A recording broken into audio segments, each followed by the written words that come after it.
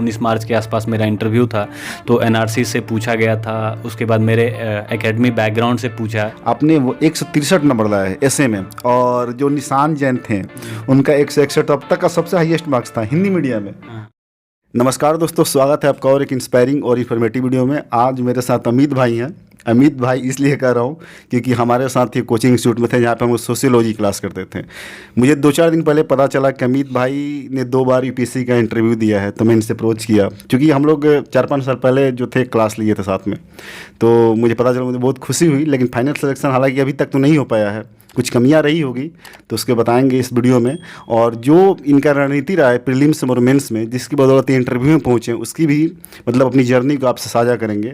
और तो इस वीडियो जो है काफ़ी एक तरीके से इन्फॉर्मेटिव होने वाली है, तो इस वीडियो को अंत तक देखो आप।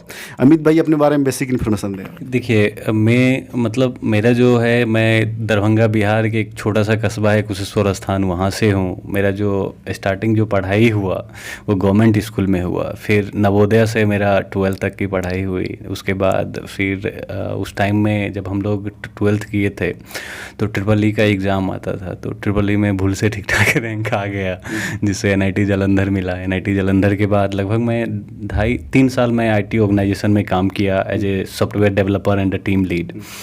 उसके बाद फिर डिसाइड हुआ कि यार मतलब ये 3 साल बहुत हो गया, ओके, वो आईटी की कसक रह गया, जिसके वजह से मैंने गेट दिया। तो गेट में ठीक ठाक रैंक आ गया। रैंक क्या बताऊं, बस आईएससी बैंगलोर मिल गया मुझे। तो आईएससी बैंगलोर में लगभग मैं 1 सेमेस्टर में अच्छे से पढ़ाई किया, वो सेमेस्टर ठीक ठाक पास भी किया, मतलब डिस्टिंक्शन मार्क से। उसके बाद फिर डिसाइड हुआ कि नहीं यार, एमटेक अपने मतलब करना नहीं है, okay, I just want to move out something other field. फिर वहाँ से आईएएस का भूत सवार हुआ, फिर झोला झपटा बांध के फिर दिल्ली, मतलब आईएएस के लिए कहा जाता है ना कि अगर आप दिल्ली में आ रहे हो तभी आप आईएएस एंड ऑल दैट। तो मतलब पर्सनली ये मेरा व्यू है, आप लोग इस पे ना मतलब बहुत ज़्यादा लें। फिर वहाँ के आने के बाद फिर साथ में तैयारी किया। तैयारी करने के बाद साथ में ही तैयारी के साथ साथ, क्योंकि फर्स्ट अटैम्प्ट मैं सोच रहा था कि मैं तभी दूं जब मेरा पूरे सिलेबस कंप्लीट हो जाए, तो फिर साथ में एमबीए के लिए कैट में मेरा 99.95 स्कोर रहा। तो फिर एफएमएस दिल्ली है, वहाँ से एमबीए मैं किया। उसके बाद इस जर्नी में पूरा ये मेरा एकेडमिक बैकग्राउंड हो गया। फिर 2018 वाला फर्स्ट अटैम्प्ट मैं दिया, तो उसमें 2-3 नंबर से मेरा रहा, कि जबकि सोशियोलॉजी में 307 नंबर था उस बार, और ये 19 वाले में लगभग 288-89 के आसपास है। ओके, तो ये सारा मेरा एकेडमिक और ये जर्नी था। तो जब आप ये जॉब कर रहे थे, अच्छे कंपनी में थे, अच्छा जॉब कर रहे थे, अच्छा पैकेज भी होगा, तो आखिर जो भूत सवार हुआ, आखिर इसके पीछे मोटिवेशन क्या रहा आईएएस के पीछे? हाँ, इसके पीछे 2 मोटिवेशन था कि मेरा ठीक ठाक पैकेज था वहाँ पे, ओके, लगभग पैकेज अब नहीं बता सकता, सॉरी, ओके, लेकिन पैकेज ठीक ठाक था। लेकिन हमेशा एक चीज़ लग रहा था कि मैं थ्रू आउट जो था, मैं गवर्नमेंट इंस्टीट्यूट से पढ़ा और वो सारा कुछ था, पैसा भी ठीक ठाक आ रहा था, सैलरी भी 1 तारीख को 1 तारीख आ रहा था, लेकिन मैं सोसाइटी के लिए क्या कर रहा हूँ, ये सबसे बड़ा क्वेश्चन था। और दूसरी बात ये था कि सोसाइटी के लिए मैं कुछ कर नहीं रहा हूँ, कुछ कंट्रीब्यूट नहीं कर रहा, इसका मतलब ये खाओ पियो अपने तक का ही सीमित था। और यही चीज़ कहीं ना कहीं एकदम चुभन सी लग रही थी हमेशा, और दिल में कहीं ना कहीं लग रहा था कि यार मैं इस चीज़ के लिए नहीं बना हूँ, ओके, किसी और फील्ड में ट्राई करना चाहिए। यही 2-3 रीज़न था जिसके वजह से मैं जॉब छोड़ के फिर एमटेक गया। एमटेक में नहीं मज़ा आया, तो मतलब एमटेक से पहले मैं बता दूं आपको कि लगभग मैं 3-3 महीना के लिए मैं 2 बार यूएस गया था, क्योंकि सिलिकॉन वैली में था, मैं एज ए टीम लीड था, तो वो शॉर्ट टर्म प्रोजेक्ट के लिए मैं गया था। तो फिर आने के बाद यही सब प्रोसेस था, और वो जो चुभन थी कि आईएएस कंट्रीब्यूशन सोसाइटी के लिए, ये सारा कुछ इंस्पायर किया, जिसकी वजह से मैं इधर आया। तो मैं आपसे ये क्वेश्चन पूछना चाहूँगा कि बहुत लोग आते हैं जिनका प्रीलिम्स भी क्लियर नहीं होता है, और आपने जब प्रीलिम्स दिया, 2 बार आपका प्रीलिम्स क्लियर हुआ और इंटरव्यू तक आप पहुँचे, तो प्रीलिम्स के लिए आप कौन सी रणनीति अपनाते थे? देखिए, मेरा सिंपल सी रणनीति होता है कि मैं सिलेक्टेड चीज़ें पढ़ें, ये नहीं कि देखिए क्या होता है ना, कि मैं एक नॉर्मल एग्जांपल बता रहा हूँ प्रकाश भाई, कि मार्केट में 10 बुक है और 10 बुक में एक ही चीज़ लिखे हुआ है, सब कुछ वही है कि लैंग्वेज किसी का अलग है तो किसी का कुछ अलग है, लेकिन घुमा फिरा के सब एक ही चीज़ बोलते हैं। तो मैं आप लोग से ये गुजारिश करूँगा कि जो सेलेक्टिव नोट है वही पढ़ें। ओके, मेरा हमेशा से मतलब रणनीति रहता है कि जो मेरा अपना नोट्स है वो रेफरेंस बुक और एनसीईआरटी, 3 के सिवा मैं चौथा नहीं देखता। तो नोट्स के नाम थोड़ा प्लीज बताएं। हाँ, नोट्स में क्या है कि मेरा खुद का अपना नोट्स है। ओके, लेकिन एक चीज़ है कि आप पहले एनसीईआरटी देख लें। वो कहावत है ना कि जब आपका नींव ही नहीं अच्छा रहेगा तो घर आप कितना मजबूत कैसे बना सकते हो। मजबूत बनने का कोई चांस ही नहीं है। तो पहले आप बेसिक एनसीईआरटी से स्टार्ट करें। एनसीईआरटी से स्टार्ट करने के बाद फिर अपना हो सके नोट्स ले लें। और मैं क्या किया था कि मैं मार्केट से सारा नोट्स खरीदा था। ओके, मैं आपको अभी अपने रूम का पूरे कंडीशन दिखाऊंगा, बहुत बदतर स्थिति है। ओके, तो सारा मार्केट से मैंने नोट्स लाया, नोट्स से पढ़ा, उसके बाद फिर अपना नोट्स बनाया। ओके, अपने नोट्स के बाद जहाँ जहाँ डॉट होना मतलब स्टार्ट हुआ, फिर रेफरेंस बुक पे शिफ्ट हुआ। तो मतलब किसी कोचिंग इंस्टीट्यूट का नोट्स आप प्रीफर नहीं करते सर? ऐसे भी अरुण भाई मुझे बता रहे थे कि आप अपना नोट्स इतना प्रॉपर वे में बनाए हैं कि मतलब बहुत अच्छा आपका नोट्स, आउटस्टैंडिंग नोट्स है। हाँ, तो ये सारा कुछ है कि जो मैं अपना नोट्स, एनसीईआरटी और रेफरेंस बुक, ये 3 के सिवा चौथा कुछ नहीं देखता। और दूसरी बात क्या होता है कि जब आप सब कुछ पढ़ ले तो अपने आप को रिजल्ट ओरिएंटेड कैसे बनाए, ये सबसे बड़ा मुद्दा होता है। कि पीटी में आप कितना क्वेश्चन अटेम्प्ट कर रहे हो, उसके बाद सीसेट में कैसे क्या स्ट्रेटजी होता है। तो ये 2-3 चीज़ें मायने रखता है कि आप उस 2 घंटा में क्या किए हो। तो इसमें सी सेट का ही पोर्शन है। सी सेट के लिए आप क्या करते हो? देखिए, सी सेट में अगर पर्सनली मेरे से पूछे तो मुझे नहीं दिक्कत होता, बिकॉज मैं कैट के लिए जिस लेवल का मैं तैयारी किया था, ओके, जैसे मैंने अपना आपको बताया कि मेरा स्कोर ठीक ठाक था, 99 प्लस था, तो उसमें नहीं होता। लेकिन फिर भी जो सी सेट के लिए स्ट्रगल कर रहा है, मैं उसको बता दूं कि सी सेट में बहुत बड़ी चीज़ नहीं है, उसमें आप प्लानिंग करके चलोगे तो हो जाएगा। मेरा मोस्टली प्लानिंग होता है कि 45 से लेके 50 के बीच का क्वेश्चन करें। ओके, रीज़न बिहाइंड कि इतना ही मैं क्यों कर रहा हूँ कि देखिए, अगर आप 80 क्वेश्चन कर रहे हैं तो पर क्वेश्चन आपको 1 मिनट कुछ समथिंग मिनट बनता है, लगभग 1.35 के आसपास मतलब बनता है पर क्वेश्चन। लेकिन आप उसी क्वेश्चन को, क्योंकि आपको 33% ही चाहिए, 27 क्वेश्चन आपको सही करना है।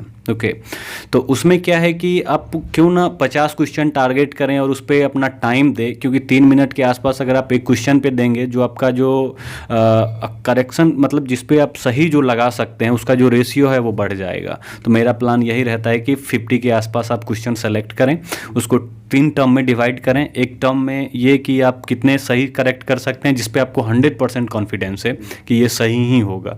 तो मतलब जो फर्स्ट हाफ होता है उसमें मैं यही ट्राई करता हूँ कि जो एक पहले का घंटा है उसमें मुझे जो क्वेश्चन आता है मैं वो सॉल्व करूँ। उसके बाद जिस पे मुझे थोड़ा डाउट है कि हो सकता है ये है या ये है, फिर वो सॉल्व करता हूँ। और लास्ट के लिए रखता हूँ जिसमें बहुत ज़्यादा डिफिकल्ट है, बिकॉज क्या होता है कि जो आता है उससे आपको टाइम बचता है, आप थोड़ा इस पे टाइम देते हैं मिडिल वाले पे, और उसके बाद जो नहीं आता है उस पर तो आप जूझते ही रहोगे लास्ट के टाइम में। तो मेरा सी सेट के लिए ये प्लान रहता है।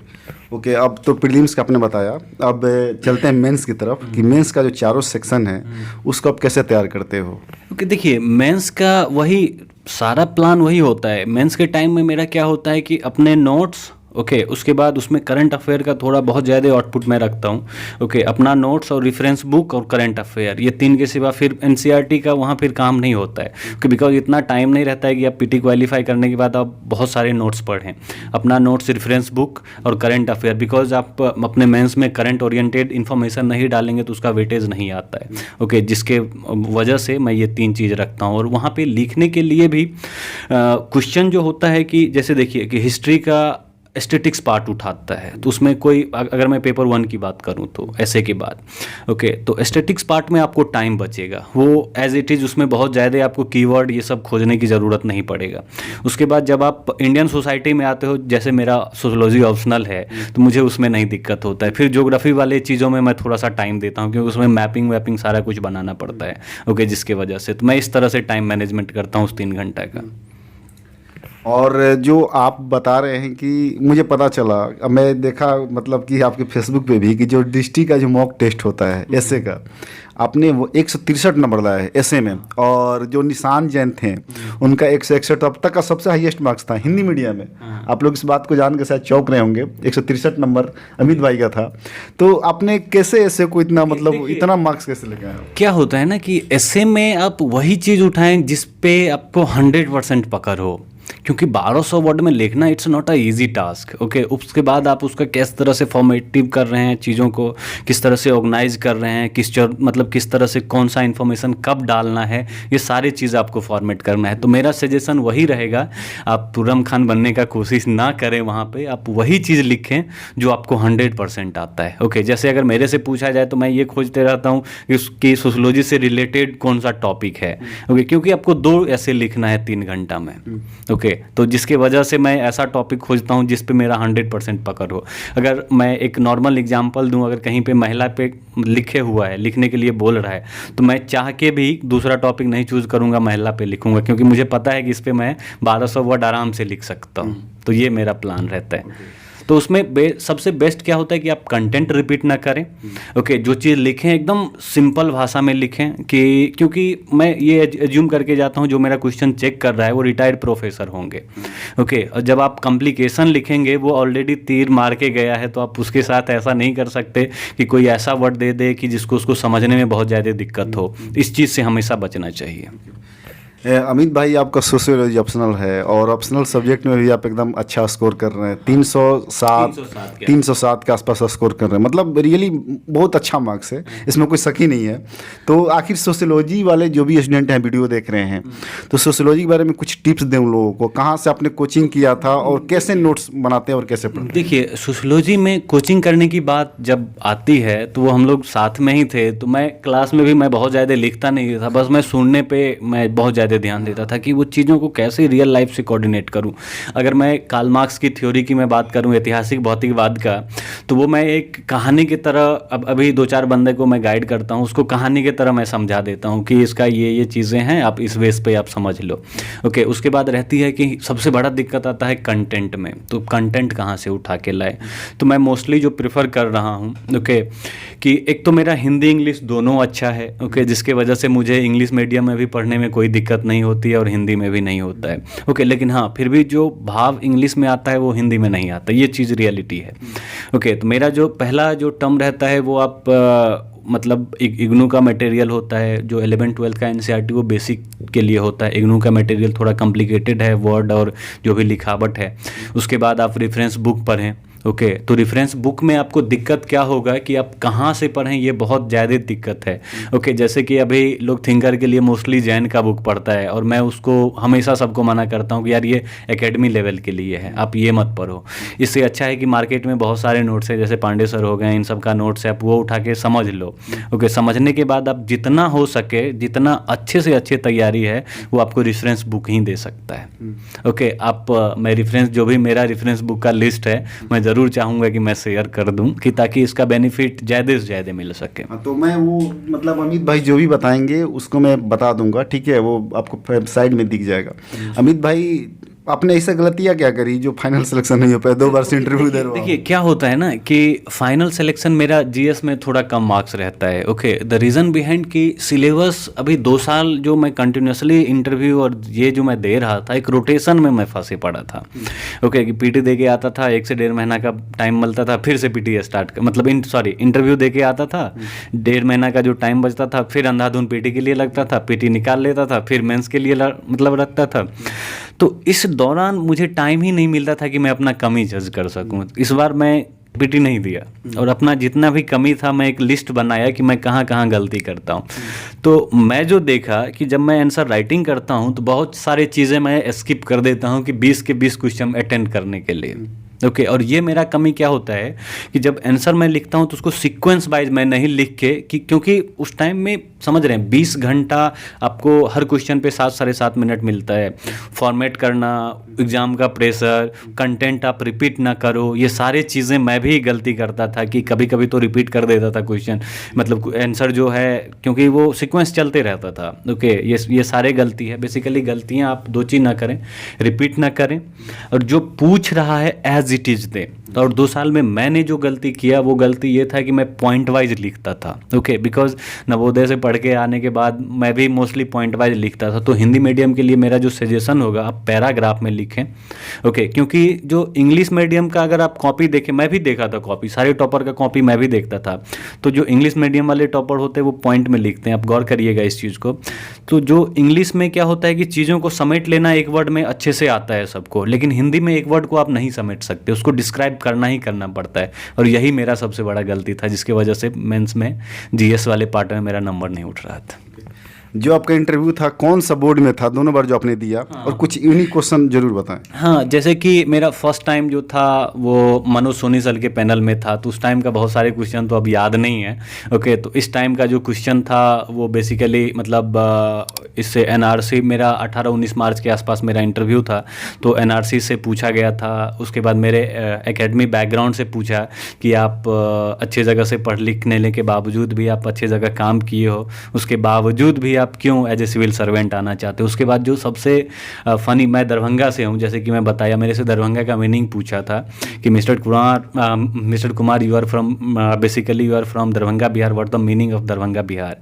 तो ये बेसिक इन्फॉर्मेशन था। उसके बाद महात्मा बुद्ध से पूछा था कि क्या महात्मा बुद्ध राहुल और अपने पत्नी के साथ क्या गलत किया, आप इसको बता सकते हैं कि उन्होंने क्या गलत किया जिसके कारण वो हमेशा एक कहीं ना कहीं स्त्री और एक बच्चा को शोषण हम मान सकते हैं क्या। उसके बाद जो था सीए और एनआरसी पे था, क्या ये सच में मुस्लिम कम्युनिटी को इम्पैक्ट करेगा। उसके बाद जो नेक्स्ट क्वेश्चन था, मतलब बीए एमबीए गाय, ओके, मेरे से जो पूछा गया था वो था कि इस इकोनॉमिक शॉटडाउन चल रहा था, उस शॉटडाउन से कैसे निकला जाए। तो ये सारी चीज़ें था। तो उसके बाद और एक जो सबसे बड़ा क्वेश्चन था कि हम लोग साइंस, मतलब स्पेस रिसर्च में और साइंस में क्यों इतना पैसा खर्च कर रहे हैं, क्यों ना हमको गरीबी मिटाने के लिए वो पैसा यूटिलाइज करना था। तो इस टाइप से क्वेश्चन था। अमित भाई, आपसे लास्ट क्वेश्चन मैं पूछना चाहूँगा कि आप 2 बार से इंटरव्यू दे रहे हो, और जाहिर सी बात है कि 2 बार इंटरव्यू देना, फाइनल लिस्ट में नहीं आना, मोटिवेशन, डीमोटिवेशन होने लगता है कभी कभार, तो उसको आप कैसे हैंडल करते हो? ओके, देखिए, ये 2 चीज़ें हैं कि सबसे पहले बात कि जब मैंने ये डिसाइड किया कि मुझे ये तैयारी करना है, ओके, तो इस तैयारी में वो सोच मेरा था। ओके, ऐसा नहीं था कि फैमिली प्रेशर में आके या किसी दोस्त ने बोल दिया कि तुम सच में कर सकते हो, ऐसा कुछ नहीं था। वो डिसीजन मेरा था। तो उस डिसीजन जब मेरा था, मुझे जो सबसे ज़्यादा जो स्ट्रॉन्ग पॉइंट है मेरा, कि मुझे हमेशा लगता है कि जब मैं डिसीजन चूज किया तो मुझे उसी टाइम ये भी पता था कि जो सक्सेस का रेशियो है वो बहुत ही कम है, 0.1 के आसपास है। ओके, और दूसरी बात कि इस टेंशन सबको होता है, जिस सोसाइटी से मैं आता हूँ या फिर आप आते हैं, उस सोसाइटी में मतलब पड़ोसी सबसे ज़्यादा आपको वो करता है कि बेटा इतना दिन से कर रहा है कि रिजल्ट क्यों नहीं हो रहा है, फांकी मार रहा है, ये वो। तो उस टाइम में आप एक ही चीज़ है कि जो पड़ोसी हैं उनका बात इग्नोर करें आप। ओके, जो आपका मेन मोटिव है उस पर फोकस करें। और दूसरी बात कि मैं मॉर्निंग में मोस्टली टाइम हल्का योगा करता हूँ, ताकि जो मेरा कंसंट्रेशन है वो हमेशा बना रहे। तो यही चीज़ें हैं। एक बात और आप बताएं मेरे व्यूअर को जो आपको सुन रहे हैं, उनके लिए आपका क्या मैसेज है? देखिए, क्या है कि इस पूरे जर्नी में सफल होना ना होना वो बहुत अलग बात है, लेकिन एटलीस्ट आप एक जो मानवीय पक्ष है आपका वो बहुत स्ट्रांग हो जाएगा। और रही बात सफल ना होने का, तो अगर आप मेहनत से करें तो हो ही जाएगा। अमित भाई, थैंक यू सो मच कि अपना समय मेरे लिए निकाला, और उम्मीद करता हूँ कि इस वीडियो से बहुत लोगों को काफ़ी कुछ सीखने को, जानने को मिला होगा। वीडियो काफ़ी इन्फॉर्मेटिव लगी होगी। अमित भाई, 27 जून को प्री है, उसके लिए आपको ऑल द बेस्ट, और जिसका भी प्री है उसको भी ऑल द बेस्ट। और इस वीडियो को ज़्यादा शेयर करो, लाइक करो, चैनल पहली बार चैनल जरूर सब्सक्राइब करो। मिलते हैं किसी और नए वीडियो में।